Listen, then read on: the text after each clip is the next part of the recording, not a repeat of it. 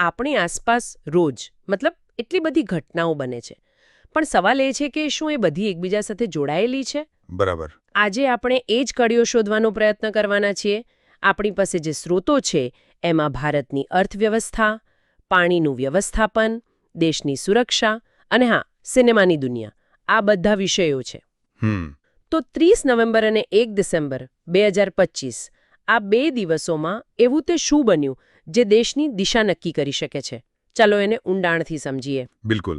અને આપણો હેતુ માત્ર સમાચાર આપવાનો નથી, પણ એની પાછળનું કારણ શું છે અને એની અસર શું થશે એ સમજવાનો છે. સાચી વાત. જેમ કે એક તરફ જીડીપીના આંકડા છે, જે સાંભળીને ખુશી થાય, તો બીજી તરફ IMFનો એક રિપોર્ટ છે જે થોડી ચિંતા કરાવે છે. હા, એના પર આપણે આવીશું. પછી ગામડામાં પાણી બચાવવાની એક સરસ નવી રીત છે, તો શહેરોમાં પોલીસ સામે નવા પડકારો છે. આ બધી અલગ અલગ લાગતી બાબતોને જોડીને ભારતનું એક મોટું ચિત્ર બનાવવાનો આજનો આપણો પ્રયાસ છે. તો ચાલો સૌથી મોટા સમાચારથી જ શરૂઆત કરીએ. અર્થતંત્ર. નેશનલ સ્ટેટિસ્ટિકલ ઓફિસે આંકડા જાહેર કર્યા છે. હા. એ મુજબ નાણાકીય વર્ષ 2025-26ના બીજા ત્રિમાસિક ગાળામાં ભારતનો જીડીપી વૃદ્ધિ દર 8.2% નોંધાયો છે. 8.2%. ગયા વર્ષે આ જ સમયે એ 5.6% હતો. એટલે આ ઉછાળો તો ઘણો મોટો કહેવાય. ખૂબ જ મોટો. અને આમાં રસપ્રદ વાત એ છે કે આ ગ્રોથ લગભગ દરેક ક્ષેત્રમાં દેખાય છે. ખેતીમાં 3.1%, ઉદ્યોગોમાં 8.1% અને સર્વિસ સેક્ટર એટલે કે સેવા ક્ષેત્રમાં 9.2%. મતલબ કે અર્થતંત્રના બધા જ પૈડા એક સાથે ફરી રહ્યા છે. હા, એવું કહી શકીએ. પણ આંકડાની આ માયાજાળ છે ને, એમાં થોડું ઊંડા ઉતરવું જરૂરી છે. બરાબર. અને અહીં જ સ્રોતમાં મયુર માંકડ દ્વિવેદીનું વિશ્લેષણ કામમાં આવે છે. એ આ 8.2%ના આંકડાને બીજા 2 મહત્વના સંકેતો સાથે જોડે છે. કયા 2 સંકેતો? પહેલું, ઓક્ટોબરમાં મોંઘવારીનો દર એટલે કે CPI એ ઘટીને માત્ર 0.25% રહ્યો. ઓહો, એટલે મોંઘવારી લગભગ છે જ નહીં એમ. લગભગ નહીં જેવી. અને બીજું, શ્રમ દળ ભાગીદારી દર એટલે કે LFPR એ 55.4% પર પહોંચ્યો, જે છેલ્લા 6 મહિનામાં સૌથી ઊંચો છે. આ LFPRને થોડું સરળ ભાષામાં સમજાવશો? ચોક્કસ.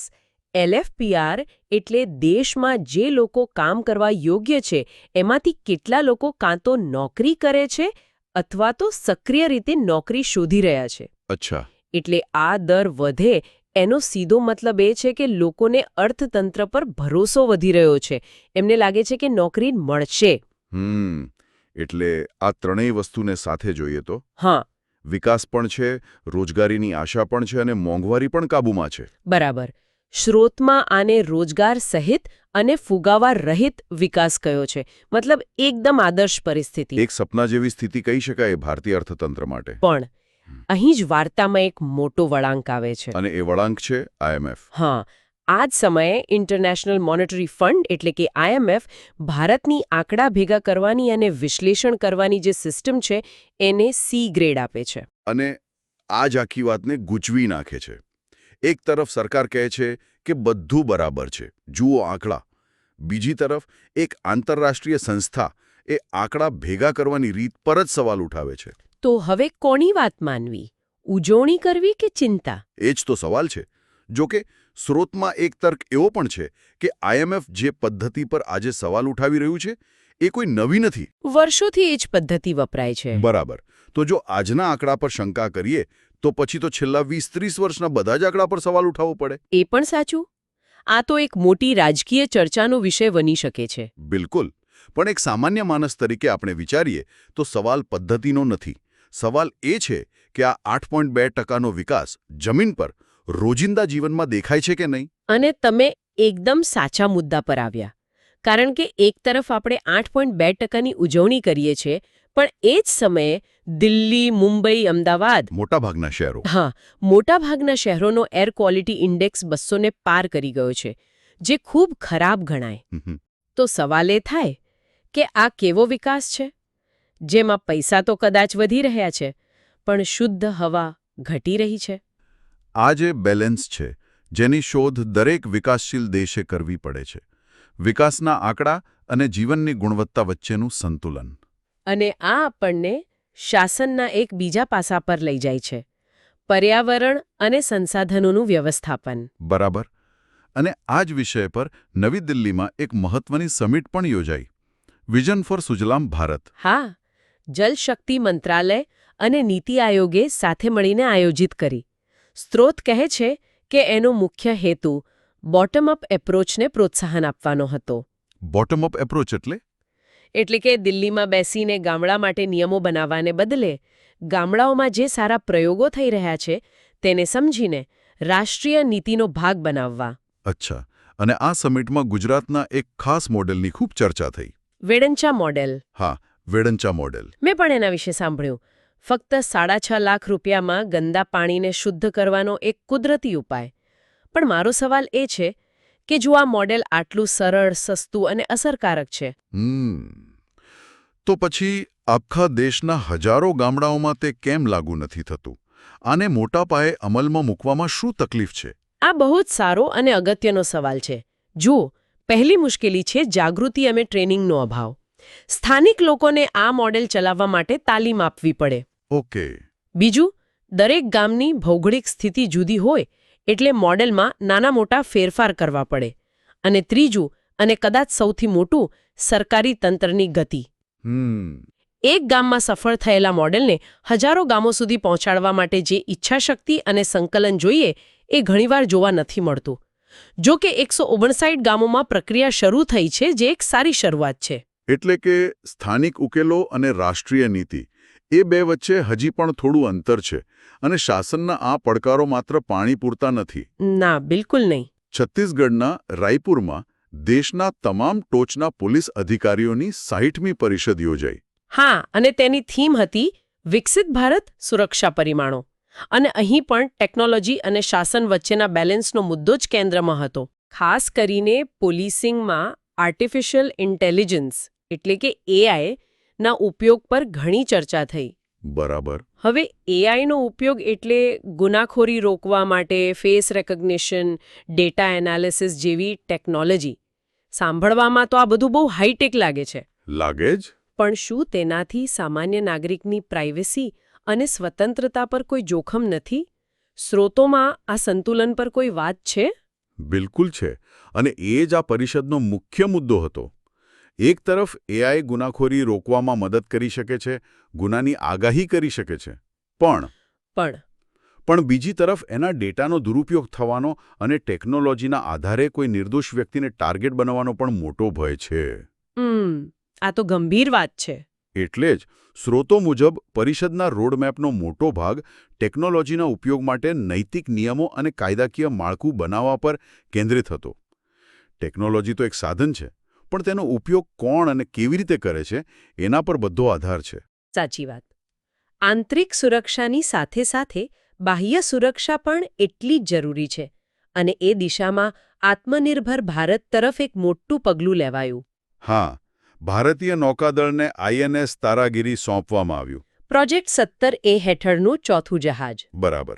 અને આ કોઈ સામાન્ય યુદ્ધ જહાજ નથી. આ એક સ્ટીલ્થ ગાઇડેડ મિસાઇલ ફ્રિગેટ છે. સ્ટીલ્થ એટલે?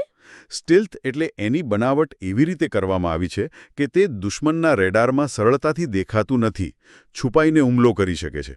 અને એમાં CODOG પ્રોપલ્શન સિસ્ટમ છે. આ CODOG સિસ્ટમ એ શું છે?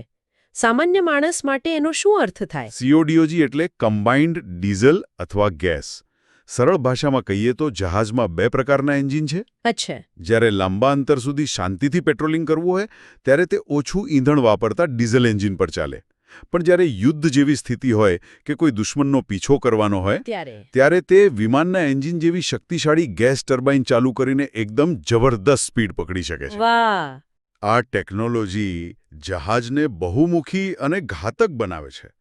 અને સૌથી ગર્વની વાત એ છે કે આટલું જટિલ જહાજ ભારતમાં બન્યું છે, મુંબઈના માઝગાંવ ડોકયાર્ડમાં. એટલે સંરક્ષણ ક્ષેત્રે આત્મનિર્ભરતા વધી રહી છે. ચાલો, હવે સંરક્ષણથી સંસ્કૃતિ તરફ વળીએ. ગોવામાં 56મા આંતરરાષ્ટ્રીય ફિલ્મ મહોત્સવનું સમાપન થયું. હા, IFFI. અને આ વર્ષે IFFIમાં કેટલીક નવી અને રસપ્રદ વસ્તુઓ જોવા મળી. જેવી કે જેમ કે પહેલીવાર ઉદ્ઘાટન સમારોહ કોઈ બંધ હોલમાં નહીં પણ 26 ફ્લોટની એક મોટી પરેડ સાથે રસ્તા પર થયો. અચ્છા, એટલે સામાન્ય લોકો સાથે વધુ જોડાયો. બરાબર, એ માત્ર ફિલ્મી હસ્તીઓ પૂરતો સીમિત ન રહ્યો. અને પુરસ્કારોની વાત કરીએ તો સ્ત્રોતો મુજબ રજનીકાંતને લાઇફ ટાઈમ અચીવમેન્ટ એવોર્ડ મળ્યો. એ તો મોટી વાત છે. હા, ભારતીય સિનેમામાં 50 વર્ષ પૂરા કરવા બદલ. પણ એવોર્ડ લિસ્ટમાં એક બીજી વાત નોંધવા જેવી છે. સર્વશ્રેષ્ઠ ફિલ્મ માટેનો golden peacock award Vietnam, Singapore અને જાપાનની ફિલ્મ સ્કિન ઓફ યુથને મળ્યો. શું આ એવું બતાવે છે કે હવે આંતરરાષ્ટ્રીય સિનેમા ભારતીય પ્લેટફોર્મ પર પણ વધારે દબદબો બનાવી રહ્યો છે? એ એક રસપ્રદ અવલોકન છે, પણ જો આપણે સિક્કાની બીજી બાજુ જોઈએ તો શ્રેષ્ઠ દિગ્દર્શકનો સિલ્વર પીકોક એવોર્ડ ભારતીય દિગ્દર્શક સંતોષ દવાખરને મળ્યો. એમની ફિલ્મ ગોંધળ માટે. બરાબર. તો આ બતાવે છે કે ભારતીય વાર્તા કહેવાની કળા અને નિર્માણ કૌશલ્ય વૈશ્વિક સ્તરે કોઈથી પાછળ નથી. તો પછી તારણ શું કાઢી શકાય? કદાચ તારણ એ છે કે ભારતીય સિનેમાને વૈશ્વિક દર્શકો સુધી પહોંચવા માટે વાર્તાઓમાં વધુ પ્રયોગો કરવાની અને વિષયવસ્તુમાં વધુ સાહસિક બનવાની જરૂર છે. અને હા, શ્રેષ્ઠ વેબ સિરીઝનો એવોર્ડ બંદિશ બેન્ડેટ્સ સિઝન 2 ને મળ્યો. આ પણ એક મહત્વની વાત છે. બિલકુલ.